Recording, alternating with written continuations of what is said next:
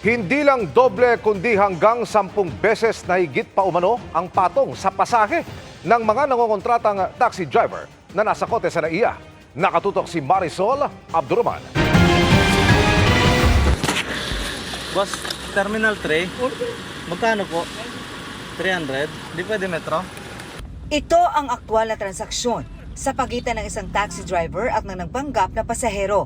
Nagtawaran pero sa huli nangontrata pa rin umano ang driver kaya maya-maya pa. Saan tayo galing, sir? Hinaluan lang, sir.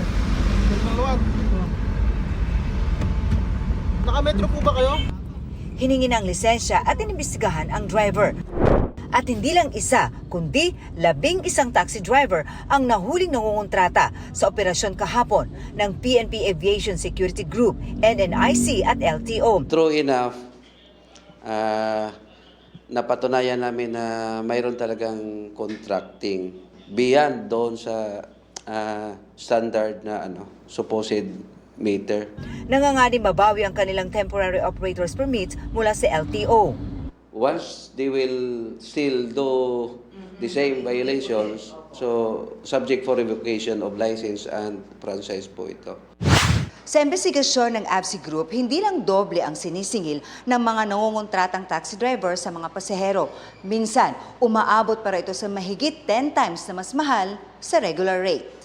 Katulad nung nag-viral video na from Terminal 3 to Terminal 1 lang po, ma'am, 1,200 yung sinisingil po ng taxi driver na kung totoosin, magkano lang yung papatak doon sa metro? I think less than 100. Iniimbestigahan din ang mga posibleng kasabwat ng mga taxi drivers sa mga paliparan. If found na may talagang nakikipagkutsabahan at may nakinabang po, we will file the necessary administrative kung active pa sila or criminal case po.